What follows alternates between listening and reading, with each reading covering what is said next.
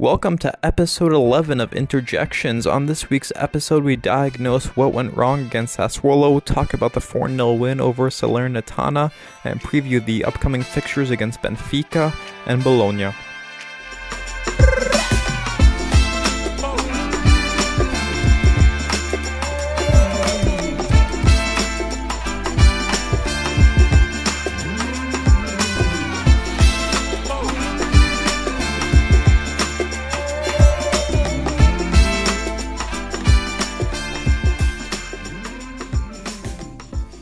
Hello everyone, welcome back to Interjections. I'm your host Andrew. I've got Miko, Jay, and Irfan with me.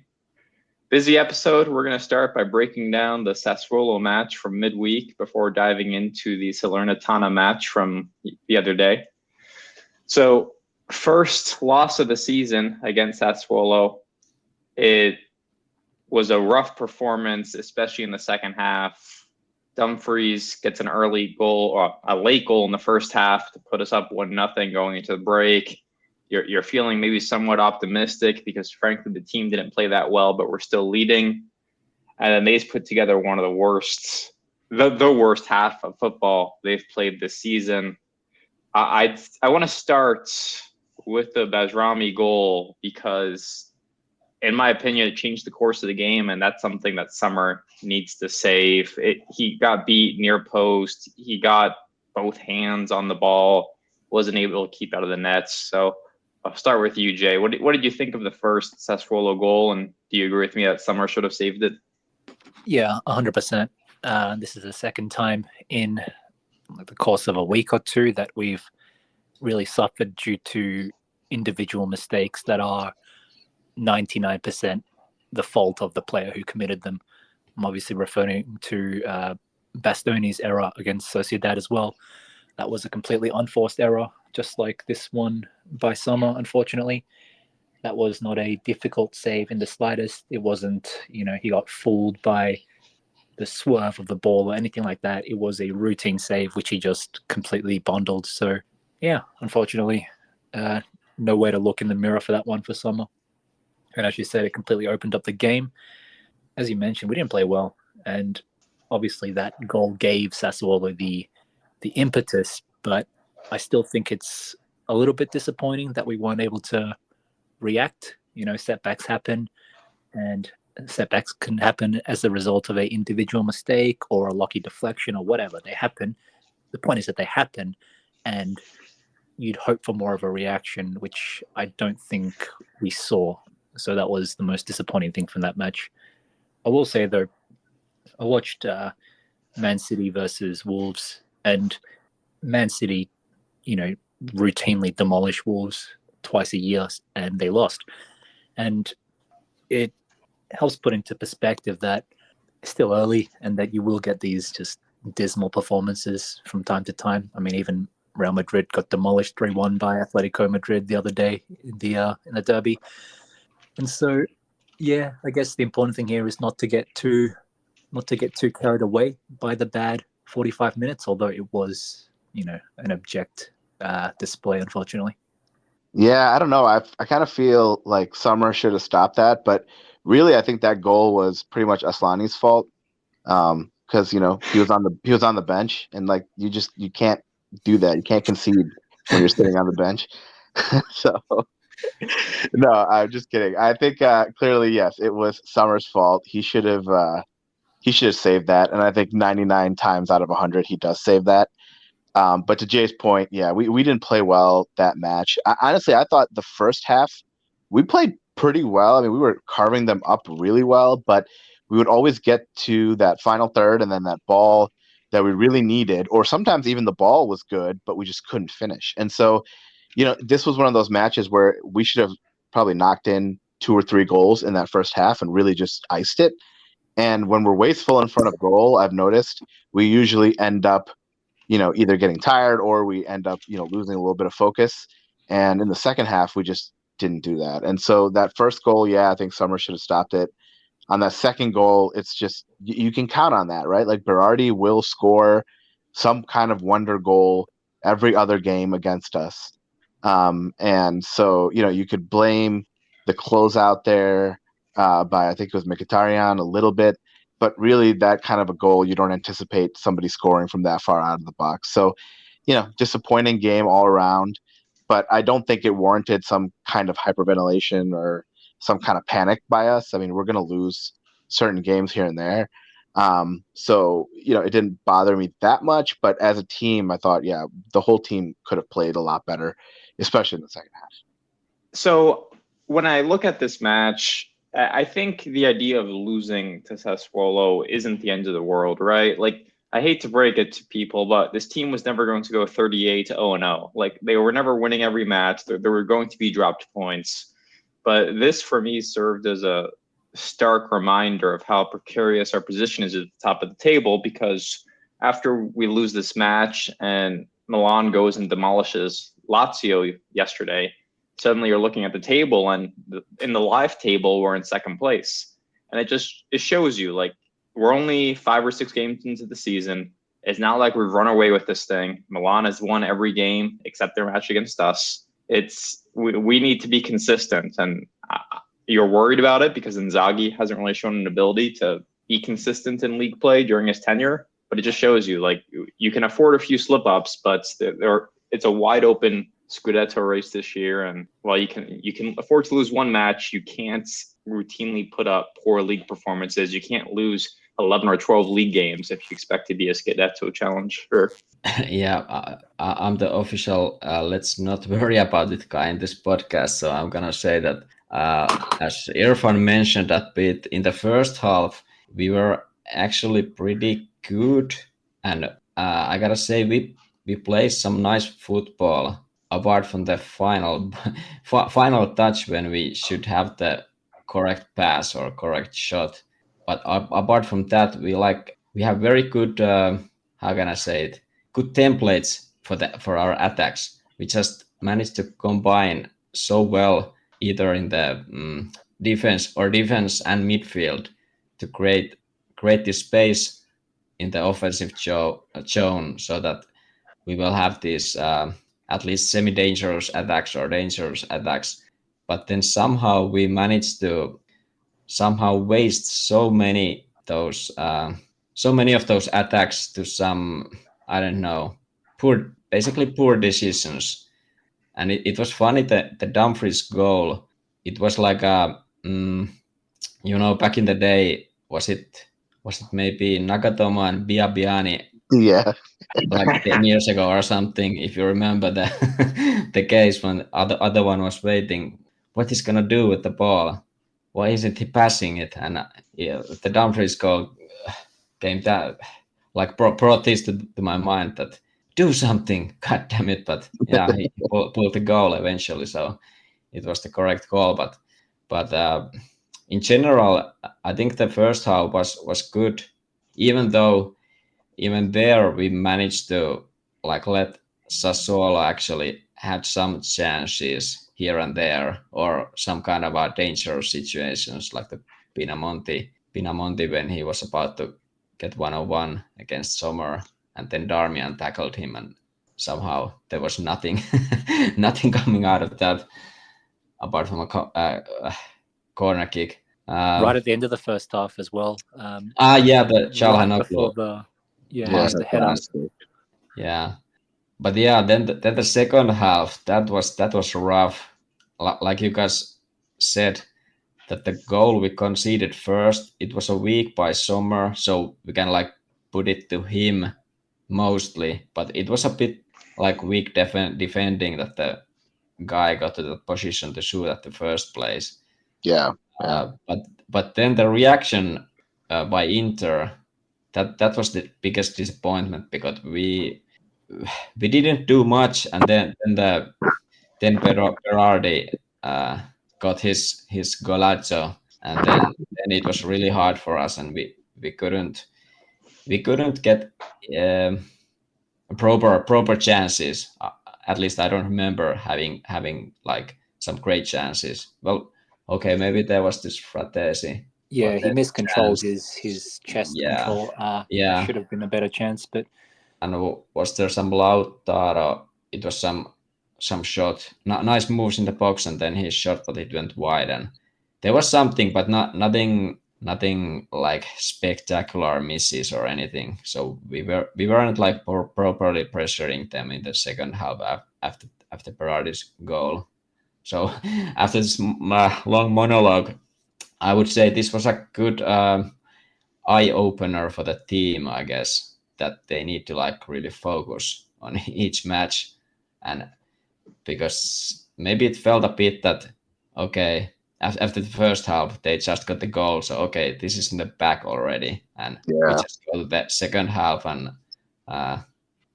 just play the ball and maybe try to score, but Sassuolo came right at us, and yeah. I was watching Milan versus Lazio yesterday. Of course. And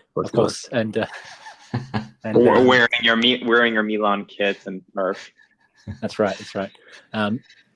And there was this period from like Milan scored on the hour mark, and there was this period of play between about the 65th minute to about the 80th minute where it was super high intensity from both teams.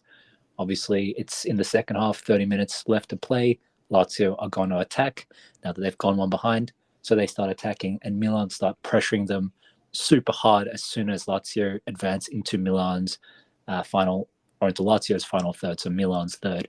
And as a result of that super hard pressing, Lazio need to move the ball around really fast. And in doing so, they give the ball away a couple of times and get caught on the counter here and there. That's ultimately what led to the final goal, which killed off the game. But there was also a counterattack prior to that where it was pretty much identical to the first goal. Leao took it to the byline, cut it back for Pulisic, who had a left-footed shot, which was saved by Providel this time. But my point is that kind of high-intensity tempo is sometimes lacking from us. I feel like we don't read the game or manage the game that well sometimes. So and the Sassuolo match, and especially the Sociedad match, are the biggest examples of this. When the opponent raises the tempo and starts bringing up the intensity levels, you either need to match it and overcome it, or you need to evade it completely. And I felt like, well, against Sociedad, we just got caught flat. But against Sassuolo, I felt like we were just kind of half-assing it. We were neither going back and really standing firm on those redrawn battle lines, nor were we trying to step up and match their intensity. We were just really casual and just playing it around. And I feel like that's what, eventually caused the second goal. And it's a concern because I think we would all agree the Empoli match was not great. Like we said regarding that match, neither team really raised the intensity, but there's an example there where we can take that advantage and raise it ourselves, but we, kind of just didn't and got lucky with a DeMarco screamer. And against Salernitana in the first half, not to get too ahead of ourselves, but it was kind of the same story, until Lautaro came on, we didn't really raise the intensity. So I just like to see us be a bit more cognizant of the change in the momentum. And it seems like all the fans can see it, watching it, going, okay, Inzaghi, make some subs, or the players need to recognize it though. They need to recognize momentum shifting. We need to now match that intensity or completely, defend. But I don't like this this casual approach of we'll just kind of see how things go and just not do either of those things. The substitution patterns are a little confusing to me right now. The one area I wanted to talk to you guys about is in defense. I understand when we swap out wingbacks. I understand when we're freshening up the midfield. But the one thing he's been doing a lot lately is subbing off Bastoni and kicking Acerbi to left center back to give De Vrij minutes. And I don't understand this for two things. One is Acerbi is too slow to play as a left center back. Unless you are parked deep trying to defend a lead, it's not, in my opinion, a good strategy. And two is when you're chasing a fixture like we were against Sassuolo, and that's when he made this change. We were actually losing in the match, I believe, already. We were down 2-1. Berardi had just scored. I don't understand why you're swapping out center backs. If anything, I thought the approach here, based on everything I read about Augusto, was, hey, this guy has a penchant for playing left center back as well. He's kind of defensively strong, and you can look at him. He's like a bigger bodied guy. Like I believe that he can play left center back. So if you're trailing in a match, why not leave DeMarco on at wing back and put Augusto at left center back to try and unlock or add some offensive talent? Or if DeMarco's tired, you can maybe drop DeMarco back to left center back and deal with the defensive deficiency there. But any thoughts on this kind of weird pattern of subbing on an extra center back in favor of kicking Acerbi out wide? Yeah, I don't like it. To answer your question of why does he do it, I would guess that he feels De Vrij is a better circulator of the ball. And now that we're trailing and we need to keep possession, build attacks and score, he probably feels that De Vrij contributes to that better than Acerbi. So that's why he brings De Vrij in. As for why he keeps Acerbi on in place of Bastoni, again, I would hazard a guess that Bastoni is a weaker pure defender than Acerbi. I guess it's his way of just trying to balance that out by having the more defensive player in Acerbi in the left centre back position. But I agree completely. If we are trailing, then you'd think that Bastoni, who's the better attacking defender, would be the better option. And then, as you mentioned, Carlos Augusto, who was, everyone was talking up his ability to play centre back as well. If I'm not mistaken, Inzaghi or one of the management said it at one point as well. Why is that not being used? It's a good question. One thing I just want to touch on with regards to centre backs, I was actually speaking to you guys midweek about this as well, but Pavard, I don't know why he didn't play this game. And I get that it's not like Darmian was responsible for the goals, and that's true. It's not as if he was routinely getting destroyed by Loriente or anything, although he did struggle a bit as the game went on. But it's not about being like singularly responsible for the goals. It's about just overall what Pavard brings in this short span he's been here. I think he just exudes this class and this calmness, which I don't think Darmian presents as much. Pavard, I haven't seen him get beaten one-on-one yet. His tackles have been inch perfect. He's, I believe, a better passer than Darmian as well. And Darmian's more of a runner. He'll attack those spaces and get forward a bit more than Pavard. But that calmness, that security that Pavard brings, even though he's only been here and only played like 4 games or something, I really don't want us to be without it for any reason moving forward. And so, even if Darmian wasn't responsible for any of the goals, I don't see why we rested Pavard for this game. Again, this is not like who's coming last, like Empoli or something. It's not like Cagliari versus Empoli. It's Sassuolo. It's a team we know is going to attack us, a team that has routinely hurt us in the past. This is one of those games where you play your strongest side, and I just really think we should have started Pavard in addition to what you mentioned about Carlos Augusto coming on as a centre back and stuff. Yeah, I agree. I think Pavard should be playing pretty much always. If he's not the top of the list when it comes to the team sheet, he's probably near the top of the list, because you're right. It's clear that he brings a quality and element to his game that not too many of our other players can match. So I agree that he should be playing. But there is, Inzaghi does have to make decisions on rotation and things like that. I think sometimes he can be guilty of over-rotating with certain players, but then he's guilty of like not rotating other players at all. And so it's really kind of difficult to say. And on the Acerbi De Vrij point, it's interesting to me that, at least so far, it doesn't seem like Inzaghi believes that Augusto is a center back. There was a match, and I can't remember if it was Real Sociedad or if it was Empoli, but he had both DeMarco and Carlos Augusto on the pitch, and he actually had Augusto playing as the wing back, and he moved DeMarco inside. So I don't know if it's like a trust issue or maybe he'll eventually get there. I think Inzaghi views his center backs as like extremely important for his system, and I think he is loath to trust anybody. And so I think you really have to kind of earn that trust. And I don't know if Augusto maybe hasn't yet, but the fact that he would rather have DeMarco play there than Augusto, I thought was very noticeable. So maybe that's why he's trying this whole kicking a Cherby to left center back. But like you guys said, I don't really like it. Well, what I thought was more interesting, even than that, though, is we just played two of the teams that have the worst defense in Serie A. Like I think Empoli is like the worst, and I know they had a new coach and everything.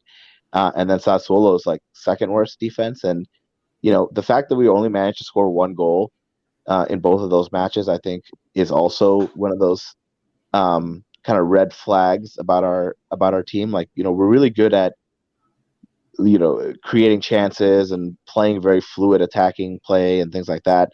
But anytime we don't put away our chances, and I guess it's true for every team, but anytime we don't put away our chances, it really exposes us.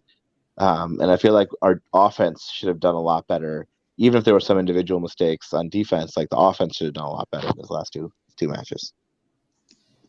For the subs, I wanna comment that I think for the Bastoni getting like usually or pretty often getting subbed out, I think it's got something to do with Inzaghi wanting to like manage his burden, because I remember at least last season he was taken out pretty often because he looked like visibly exhausted in the second half of many matches, and I think maybe Inzaghi want to like keep Bastoni fresh for the whole season, so he wants to rotate him even during the matches. And I don't know, maybe the same thing applies for DiMarco, at least in that Sassuolo match. DiMarco wasn't like too good in that match, if we are like being honest here. So I think that's maybe one of the reasons why Bastoni got out. But then I wasn't completely happy with the subs, in a sense that we should have maybe tried to like change something in our formation or play. Good one. Because because it was just one for one, and we didn't change much, and our play didn't change much after those subs. So I think that was one thing we should have maybe tried to do differently. Maybe not take Thuram out and so on. Yeah, the day you get Inzaghi to change formations will be the day that the Pope ceases to be Catholic. Well, he took.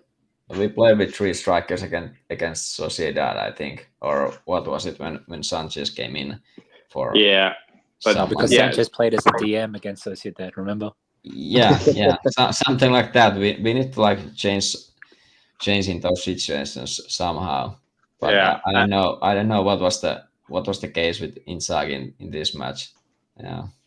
I don't want to jump too far ahead to the Salernitana match, but my one observation about Sanchez is that he we like to joke he played as a deep lying playmaker against Sociedad. He has no value in our own box. He cannot shoot. He cannot make quick enough decisions.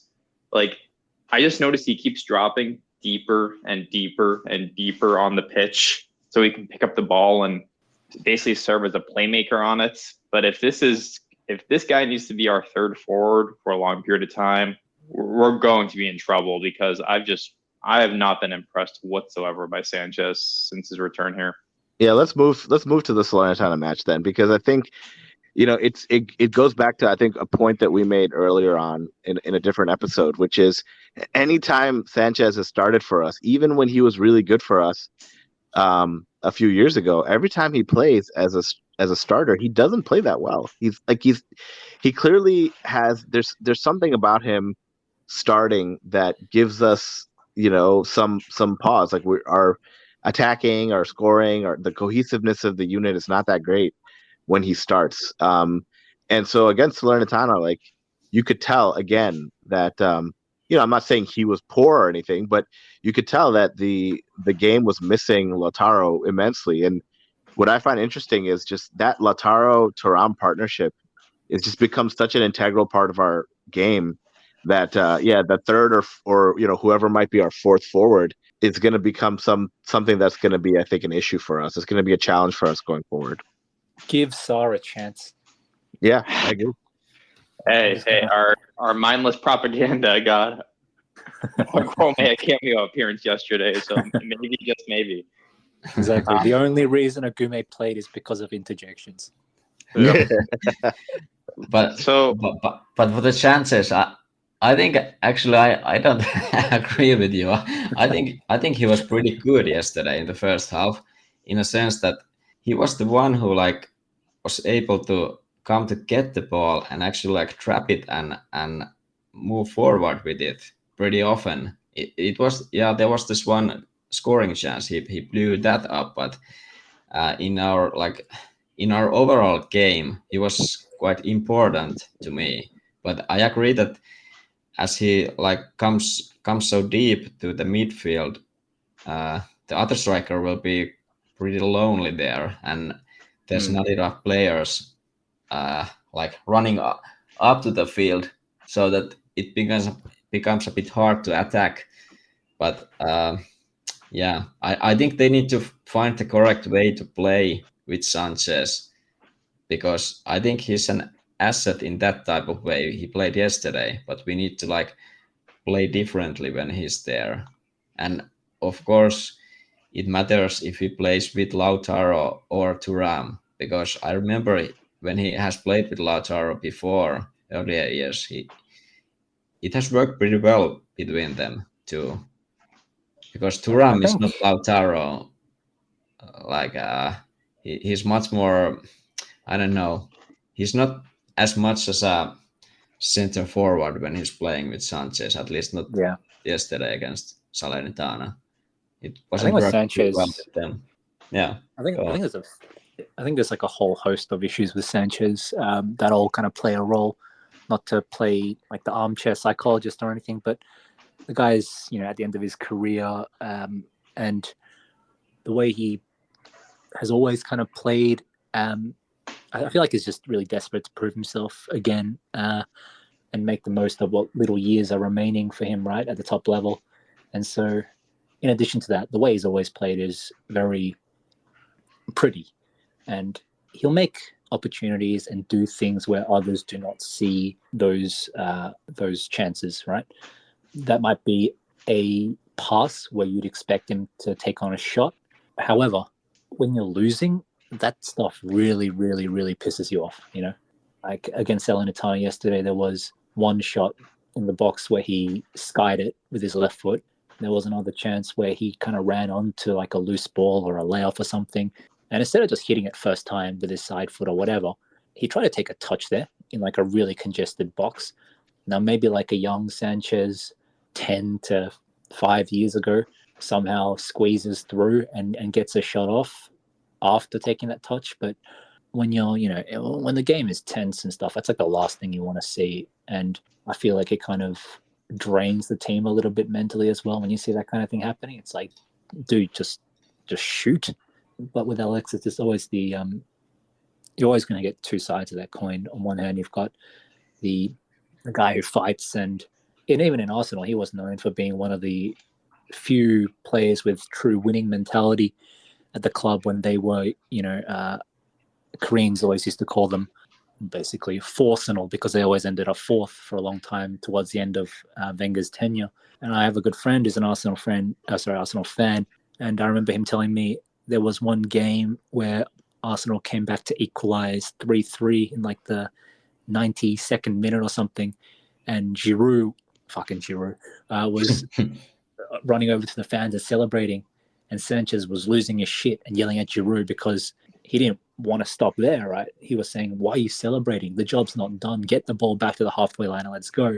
And so I think that says a lot about Sanchez's mentality. He's always been, he's the true pit bull, not Gary Medel, right? He's the true Chilean Colombia. Pit bull. But, he's the real Chilean pit bull. So he's got that dog in him, and I appreciate that. But as his body starts to let him down, and again, just some decision making that's probably influenced by the fact that he's a sub and wants to impress and all this kind of thing. Probably bites off a bit more than he can chew. And like I said, when you combine those kinds of features of his game with the tendency to overcomplicate things and rely on skills and trickery which are not quite as sharp as they used to be, I think you've got a player who is at times a liability.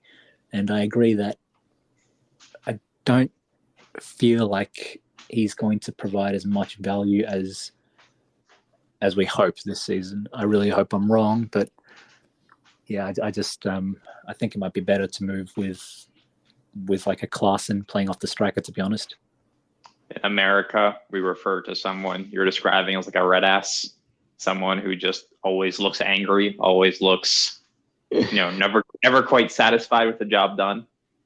Tamiko, to your point about Alexis looking good with Lautaro, I think we have to acknowledge we're at the point where Lautaro elevates the play of everyone around him, and whoever he plays with is going to look good because that's just how well he's playing.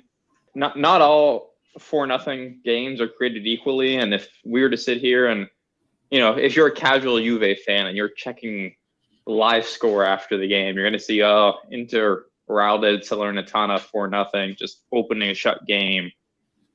I could see why the optics of that would make it seem like this was an easy win, but this game was in doubt for a long period of time. We did not look great in the first half. The attack struggled to generate chances. Then, of course, as soon as we scored the first goal, Salernitana goes and it looks like they've equalized less than 2 minutes later, if not for a fortunate offside call. So this was not an easy game, and frankly, we were absolutely horrible until Lautaro came on the pitch, which just speaks to the state we're in, where we have two good strikers and one striker who we are pretty much, useless without him on the pitch. And like we've been saying for the past few episodes, if Lautaro gets hurt, the season is over. We just don't have the depth up front to compete without him. And I don't know if we would have scored yesterday if he sat on the bench for 90 minutes. He completely changed the match. Saar was on the bench. Was he? I don't even know, to be honest. I was just talking out of my ass. But I think he was. It all comes back to give young Saar a chance. I'm going to keep just repeating myself with all these young players who I arbitrarily decide to like for some reason. I'm convinced that Agume and Saar can add value, and so I would like to see them. So I just quickly about Klaassen. I think I was one of the few people that I saw, at least, who was not against his signing. Don't get me wrong, I would have preferred like a more robust athletic DM. But when we signed him and I saw tons of fans being upset about that, I was confused because admittedly, it's not like I watch Ajax week in, week out, but I saw them pretty regularly in Europe over the last couple of years. I saw him fairly regularly in the not the Euros, Nations League, and just with his national team, right? He always looked good to me. He's always putting up good numbers, scores frequently. Whenever I saw him, he seemed to be quite technical, articulate on the ball, good passing, decent shot.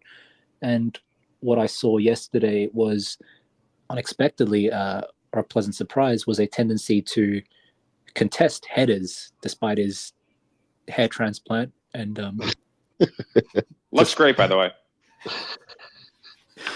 let's not go there. Go into these physical duels, right? Despite the fact he looks like a 40-year-old primary school teacher, but he was impressive. I thought he was really good yesterday, and I would like to see him considered as like a legitimate Mkhitaryan competitor. I really think they share not the same skill set, because Mkhitaryan definitely tends to run more, and we saw that yesterday when he came on, how many times he brought the ball and just drove forward with the ball. That was great. So they have a different skill set, obviously, but I think Barella's not the one to unlock a tight defense. If the opponent is sitting back 10 men behind the ball, Barella, Çalhanoğlu, these are not the guys to unlock that with some creativity and some quick little interplay and interchange and give and go type passing. I think Klaassen is. And so, yeah, I'd like to see him used as a reliable Mkhitaryan backup or competitor. Is that your dog drinking water? That's my dog drinking water. Well, it better be, but otherwise it's just someone just licking for some reason. He finished his bone and now he's just washing it down. But yeah, as for Klaassen, I kind of agree that he was pretty good yesterday. It was a bit slow start. He wasn't like too visible at the start, but when he like get into the game, his passing and the movement was pretty nice. And it seems a bit like you saw this Ajax game in his place what he did, and he had some shooting chances as well, if I remember correctly. So he was like right in there, and exactly. even He's an attacking midfielder. Yeah, even if he's a bit slow, maybe, but then again, he still managed to get in those positions, and he was had maybe one bad pass, but apart from that, it was like very very good passing in general, and it was like helping the team a lot with his one touch passes and so on. So I liked having give him old there. Davey a chance. Yeah, definitely. Yeah, I wouldn't say that he's gonna contest Mkhitaryan in any really important matches, but at least he's going to give a real option for Inzaghi. Yeah, and that alone is super valuable because we can't have Mkhitaryan playing 90 minutes every 3 days. You know what I mean? I was just gonna say that it goes back to that whole point about Mkhitaryan not playing 90. I don't want Mkhitaryan to get Jeckoed by Inzaghi, and that's the concern. So I thought Klaassen played pretty well too, but I'll go ahead and say what no one wants to admit, which is that Asllani coming into the game really changed the match. We were a completely different team when he came on the pitch, and what I think is really impressive, though, look, we criticize Inzaghi, I think, fairly on a lot of things. So I would also like to give him some credit. Like, he made changes in that Salernitana match. I think at the 53rd minute, he made like 2 subs. And so it was a lot quicker on the draw to make subs than he usually is, which he'll just let the game go on and go on and go on. And then in the 70th minute or 70, like even something after the 70th minute, he'll make his first change. So it was kind of refreshing to see him change it up, I think, on the 53rd minute. And then again soon after that. So, but again, echoing what some of you are saying, it's, to me, I feel okay. I feel like I'm relatively comfortable if he rotates at center back. I'm okay if he rotates at midfield. But anytime Lautaro's not on the pitch, I don't feel great. Like, I like Thuram. I think he's great. But any partner that he's with that's not Lautaro, like, really just makes me nervous. Doesn't matter who we're playing. And so that's one thing that, I think is going to be a concern throughout. Will be that guy who says, as much as I love Lautaro's 4 goals against Salernitana, would have been nice to have a goal or 2 like that against Sassuolo or against Real Sociedad. So maybe save them for the other guys, Lautaro. And just to add to your point as well, Lautaro is not always going to play well. I thought he was dismal against Sassuolo, and he didn't do much against Empoli either, right? So I think we're in still early days, so we're not in Creasy yet, but it's, as you know, Inter is one of these metaphysical clubs that exists in a state of either banter or just about to plummet into banter, right? We're always hanging on a knife edge.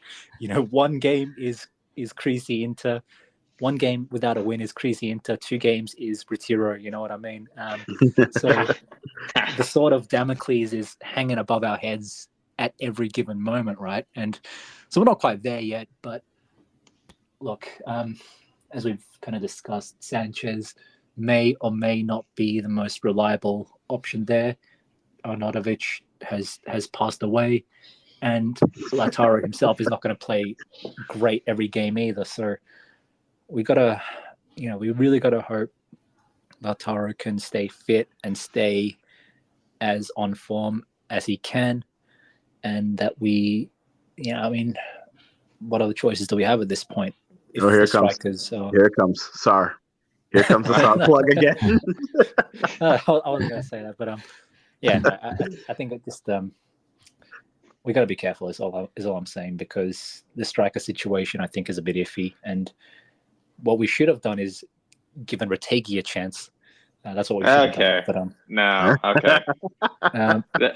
The good news is that, if Klaassen has emerged as a reputable midfield option, which means you can push Mkhitaryan up to supporting striker, and since Sanchez is basically a deep lying playmaker, we're used to having that midfield type player in attack. It'll all work out now. By the way, apart for the subs, there were actually 3 subs at 40. 54 minutes. Yeah, and I gotta say I was impressed by Inzaghi that he actually took Çalhanoğlu out, but of course it was for the yellow card. but like that he really brought in Aslani and trusted him for over half an hour, because we were not having a great time at that point. So it was a situation that we really need to play well from now on, and he still brought in Aslani. So I give credit to him that he's getting the trust of a player now. Or there you go. Other way around. Yeah. Credit to Inzaghi, credit to Aslani, and just one thing quickly. Credit to Carlos Augusto as well. I think he had a really important game, and I don't mean important in the sense that he was that important for our victory. Look, he had a game where he did a lot of things well up to a point, up to if there's phases or kind of movements or tasks that a player does throughout a game, right? I felt Augusto did all these things up to 75% really well, and then at the last moment he kind of fucked up. There was the most notable one was when it was a 2-on-1 moving forward. Augusto had the ball out wide, Thuram was inside, and then he completely screwed up his cross and just pretty much sent it to the goalkeeper, when he should have essentially did what Thuram did for Lautaro's opening goal, right? And just put in a low ball in for Thuram. There were a lot of little moments like that where Augusto would make the right run, attack the right space, do a nice little give and go on the left flank. And then when he was just about to burst into space, his first touch was off, and it would kind of lead him a bit further out wide, and he would lose that momentum. All these little things like that. And he had an important game in the sense that he kind of suffered through 90 minutes, which were pretty difficult. A lot of small kind of micro mistakes here and there. However, I was pleasantly surprised to see Inzaghi still give him the 90 minutes, and ultimately he was rewarded for his perseverance by getting that assist for Lautaro's 4th goal. So credit for him as well. Yeah, and I'll just say, we're not always going to have 4-goal victories against vastly inferior clubs like Salernitana and Milan. Sometimes we're going to have to grind it out and really get a 1-0 win, or maybe even a draw. And so we have to be prepared for all that throughout the season. All right. Well, let's transition to talking about Benfica. So midweek Champions League fixture coming up. Benfica lost their first Champions League game, but they had someone sent off in the 14th minute against Salzburg, and they never quite recovered. It was actually a penalty stemming from the red card, and then Salzburg just kind of professionally took the game to them 1-2-0. Benfica's last game in the Portuguese league was a win over Porto on, I think, this past Friday. So they're a bit more rested than us. They had one extra day off, but this is a home fixture at San Siro against Benfica. We looked pretty good against them last year. I would expect a win here, and I would expect a decent amount of rotation from what you saw against Salernitana. Yeah, so Benfica, they beat Porto on Friday, so they'll have a bit more rest than us. But, coming to San Siro, we looked good against them last year. I expect this to be a match we'll win. We should see some rotation. DeMarco should be fully rested. Lautaro will surely start the match. So expecting a win, but curious if you guys are looking forward to anything particular in this match besides seeing our old friend, João Mario. I don't want Damian to start. Like, I'm really, really afraid that he's gonna, rotate Pavard back out and put Damian back in. No That's the only way. thing. I think you'd be surprised. I think there's a good chance of it happening. But yeah, for me, that's the only concern that I have. I mean, the lineup should be extremely self-explanatory, right? Sommer, Pavard, one of Acerbi or De Vrij, and then Bastoni, and then Dumfries, Barella, Çalhanoğlu, Mkhitaryan, DiMarco, Thuram, and Lautaro. I think 99% of Inter fans would probably agree with that lineup. But yeah, I'm just a little bit afraid that we're going to see Damian instead of Pavard. And like I mentioned earlier, when we were talking about Sassuolo, Pavard just brings that class. He brings that aura of calmness, and he's good on the ball. And despite not being here that long, he's already becoming like a bit of a cheerleader, right? Already showing. There are all these little videos of him on social media, the way he celebrates the goals and the way he applauds the fans and all this kind of stuff. And again, even though he's been here for like 2 weeks or something, he's really, really quickly advancing into a important member of the team. So I don't want to see us ever bench Pavard unless it's like a, bottom 5 opponent or like a pot 4 opponent or like a Coppa Italia early, third round kind of game. I really think he should be one of those nailed on starters that just plays pretty much every game. I do worry that there's this kind of loyalty to Darmian that Italian managers kind of specialize in. I don't know if Darmian has ever played too poorly at center back, and someone like Inzaghi, who I do not consider brave or forward thinking or progressive, maybe just lazily goes back on the, well, you've done a good job, rather than going with Pavard, who just unlocks a next level, like a higher tier, a higher ceiling, if that makes sense. And I feel bad about it because it's hard to, it's really impossible to criticize Darmian for anything. But simply put, you can't rest on your laurels. You can't not upgrade purely out of loyalty. I think the best example of that is when Juventus were dominating the league and they were, miles above the next tier of teams. And what do? They go and sign Cristiano fucking Ronaldo for 90 million. You know what I mean? Like, that's the kind of mentality you need to have, improvement upon improvement upon improvement. You should never be like, Damian's a 7 out of 10 player and he's done well for a while, so let's just keep him. No, you need to kind of aim for that 8 out of 10 player and so on and so forth. So yeah, but there'll be still plenty of minutes for Damian across 3 competitions and with injuries and rotation and whatnot. And of course, because he can play multiple positions, there'll be plenty of time for him. So I'm not too upset for him. But yeah, I just really want to see Pavard as like essentially the Lautaro of our defense. Yeah, I agree. I mean, I think he should start Pavard, and I think he probably will. Hopefully, I feel good about this match. I think we'll win, but it does worry me that they lost that first match, which I think they would have thought should have been a win for them. Yeah. So they're going to come in hungry. They're going to come in pretty desperate, I think.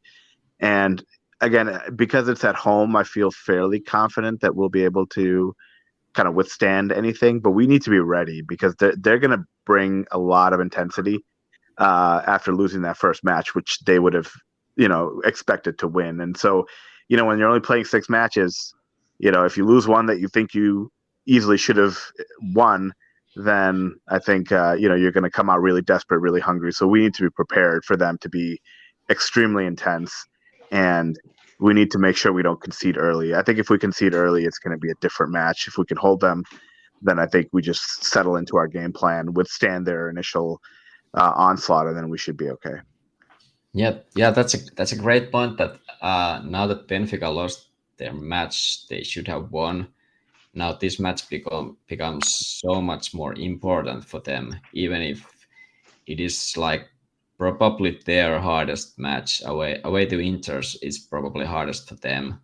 So now it becomes almost like a no, well, I don't know. Maybe it's like a must win game for them, but it's also must win game for us because it's our home match and we didn't win our first match. So it's like almost like a super match now in this group because both sides really need that win. Sorry, uh, and I think we have a clear edge here because it's at Meazza and and Sassuolo says hello. last season we played against them. We were pretty comfortable in the end.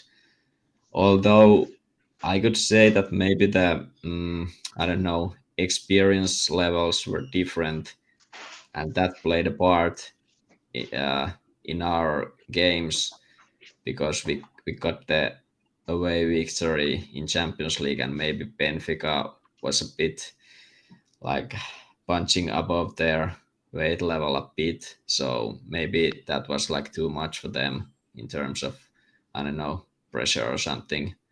So I don't know if these group stage matches are different in that respect, because I remember that didn't they like win their group last season, and they were like Yeah. they were like PSG and Juventus in that group. So it wasn't like they were they were bad or poor or anything. They were very good. But let's see. They lost. Which players they lost? They lost this Gonzalo Ramos, yeah, to PSG. But then they signed Di Maria, so that's not a bad signing in my opinion. I think he's still pretty class player. But let's see. Yeah. Yeah, Benfica were in a weird group last year where, they just played two awful teams who only managed to get 3 points out of the entire group. Some Israeli team and Juventus both only got 3 points out of the group. So it was a bit of a laugher. unbelievable. I honestly didn't realize Juventus lost 5 of their group stage matches last year. That's hilarious. Put to the sword by Jean Mario. Yeah. His greatest contribution to Inter. Oh man, fantastic. So you should expect to win this. You expect to win this match. It's hard to I haven't watched a single Portuguese fixture this year. I'm not going to sit here and pretend I'm a Benfica expert, but you need to win your 3 home matches. Win your 3 home matches, and you'll easily qualify out of the group. That's probably the priority at this point. And Sociedad won't play as well as they did against us at home, you'd think. Salzburg, once again, coming here, the team you can win. Just win your home matches. Don't worry about the rest, and we should be fine. Yeah, I agree. Sassuolo says hello. Yeah. Well, not every team has one of the 10 best players in Serie Domenico Berardi on it. There you go. I was going to mention this during the Sassuolo fixture because everyone talks about, Berardi dominates Inter. I was like, okay, let's look at the stats. And in 16 matches, he has scored 8 goals and 4 assists. And you're like, dang, this dude does well against us. Yeah. For kicks, I pulled up the Berardi stats against Milan, and it is 18 matches, 11 goals, and 7 assists. Yeah, he murders them. It's awesome. But he's really bad against Juventus. His stats against Juventus are really poor. So and that's true. He dominated them last weekend. He thought he played really well.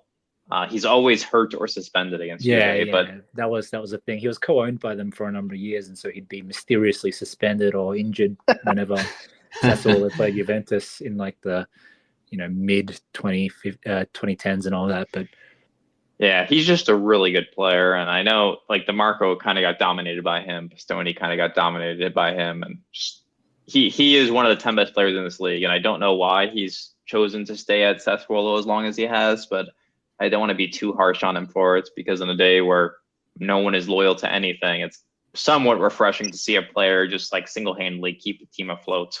I think he said it himself. He just doesn't want the pressure of playing at a big team. And if that's the case, then whatever. Good on him, I guess. He's their Yeah. He's their Hamsik. So yeah. I'm saying he's a dinner tale, but yeah. Meekly, something like that. Oh wait, was that a comment? He's the Hamsik. Was that a snide remark at Milan Skriniar? Yeah. I knew you would. Which I will not accept. I knew you would let it. I knew you wouldn't let it go, so I had to throw that in there. I almost missed it, but I thought that was an interesting choice because I'm like, like Napoli is a pretty good team. Like that's a bit of a harsh critique, but yeah, there you go.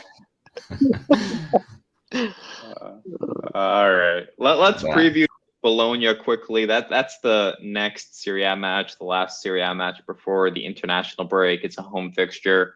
The good news is Arnautovic is unavailable for Bologna, so that'll be a fresh breath of fresh air. They've actually played pretty well this season, so they lost to Jay's favorite team, Milan, but then they promptly managed to tie Juve. They, unlike us, they managed to score more than one goal against Empoli, wrecking them 3-0 earlier today. They also managed to gut out a draw against Napoli. So it's a team that's playing well and is probably the exact type of team we'll struggle against because that's just the way things go. I don't know. Anything you guys are – it's tough to preview a match before a match because there's just so much that can happen between now and then. But anything you guys want to highlight with Bologna coming up here? I think that Bologna was last season also pretty good, and we struggled against them. Did we lose them?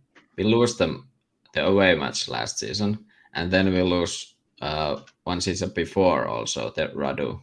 Yeah. Radu incident. We don't need to talk about that. Let's just... Yeah, but then in the home matches in the past 2 seasons with Inzaghi, we were like destroyed them 6-1 in both seasons, and this is the home match. So I expect like we will dominate them anyway. But it's funny. In charge at the time? I'm not sure. I think it was last season. Yeah, last season we beat them 6-1 at home and we lost 2-1 away. Perisic scored that early goal and then Arnautovic tied it up and our good friend Sansone gave them the win. Yeah, but the point is that like a drastic difference between the home and away matches we played against Bologna in few past seasons. But in this case, I don't expect anything to change in that regard. I expect us to, because our game isn't at poor levels. We continue to generate chances left and right. As I said, I'm the optimistic guy here, so I see no worries here. When you see Bologna on the fixture list, maybe I'm biased, but with Motta managing them, I don't know. I feel like he was trying to play attractive football earlier in his career. Like when was he managing Spezia for a little bit? Is that right? Yeah. Like I feel like he was trying to like instill the beautiful game almost at these clubs. And then so you have the size and you think, okay, like that's what he's going to try to do against us. But if you look, so Bologna just doesn't do anything in their matches. They kind of muck it up. They've scored 6 goals in the league this year, and they've conceded 4, which just for comparison, we've scored 19 and conceded 3. Like we like that's one of the best defensive records in the league, but they also just do not score. So they're going to try to keep this thing low scoring, and they're going to try to turn this thing into a bit of a rock fight. But I mean, to be fair, they did lose Arnautovic and their captain as well, Nico Dominguez, who was one of their most important players. I think he was a very reasonable, or he would have been a very reasonable midfield option for like 10-15 million, but whatever. In his defense, probably hasn't been an easy transition to the season, but yeah, I agree. They're not looking great this time around. Orsolini scored a hat-trick today, so maybe he'll pose some problems, but he hasn't really been that much of an issue against us for the most part, right? No, he hasn't. It's the guy in their team who I'm most looking forward to watching is Salamakers. So Irfan, please tell me about how Salamakers is. Yeah, that's the danger man for them. No, I think this should be Scudetto winner. champion mentality. Stop. I think this should be a win. It's always a bit of a cagey affair with them. But I think we should be able to pull this out. I'm more curious to see how Inzaghi views this match and what level of rotation he uses for this match. Hopefully, with the international break coming up, he'll kind of ride his guys the way he needs to. But hopefully, there's not too much rotation, because I do think we need to take the match seriously. And I think he's shown generally that he's pretty focused on the league, and hopefully he makes the right decisions and we get a good result. But let's see. Like you said, a lot can happen in between before we play this match, but I'm feeling fairly optimistic and pretty positive that we'll get a good result. Just saw that there's 6 games unbeaten. They have a longer unbeaten streak than us. I didn't realize their defense was that good, actually. So it's that stat's interesting that they've only given up 4 goals. They lost on the opening match day to champions-elect Milan, and since then they haven't lost a single game. So it's pretty impressive. Until they'll lose against us. Yeah. They got that former Bayern wonder kid Xerxes as their striker, and I don't even think he's like an out-and-out forward. Like an out-and-out number 9. So I have seen, but he is literally their number 9. Yeah, exactly. He wears number 9 as well. I can see that they're struggling to score goals based on the stats, but so up until yesterday they had scored 3 goals in 6 games and then put 3 past Empoli. That's pretty terrible. I think that's the worst in the league, other than Empoli and Cagliari. So yeah. They had Verona away, then Napoli at home, and Monza away, and they all were like 0-0 draws. Yeah. So the more story is you have to start Lautaro and get 60 minutes out of him in this match. Agreed. Yeah, you have to. I just want to one thing quickly about Benfica. I forgot the name of the guy, but you're asking Miko, who did they lose? They lost Grimaldo, Alex Grimaldo, the left back. I think he was one of their most important players of the last several years, and I remember. Yeah, he was. Yeah, I think he was really important in their Champions League. Yeah, he's got a hell of a left foot on him. So that's good for us that he's left. So. And I think we talked about in the group preview, but they brought in Cabral from Fiorentina, and I'm curious. He is not a player I respect whatsoever from his time in our league. So look forward to him putting 3 past us. assisted by João Mario, and the others assisted by whoever replaced Grimaldo. So there we go. Hey, João Mario looked like an undercover agent playing against us last year. With that ridiculous handball in the box. Hopefully he continues that. Between that and him just absolutely dominating Juve, it was like he was just trying to reunite himself with our fans. Yeah. Maybe he felt bad after suing us. Hey! He is not suing us. Sporting is suing us. All right. Anything else? I think we just want to put a plug that. It's going to be next week. We're going to record. We'll record after the Bologna match, so we'll recap both matches from what will be the past week. But if any of you listening have any suggestions for what you'd like us to talk about over the international break, whether it be the financial state of the club or anything particular that's like off the pitch, open to ideas, since it will be an international break. Cool. Just comment on the forum, comment on the YouTube video. You can email inter.jections.pod@gmail.com. Whatever you want, you can get a hold of us, and we're open to all feedback, guys. Maybe we'll finally have our Aslani versus Agume death match. I thought Agume was great. I thought he was probably the catalyst to us winning that game against Salernitana. How could he be the catalyst when Aslani is the catalyst? I don't know. How many catalysts are we going to have? When we sell Barella next summer, I'm looking forward to those two battling it out to replace them on the pitch. It'll be great. And with that, and on that ever optimistic note, thanks for listening, everyone. We'll talk to you next week. Catch you around. Bye. See you guys.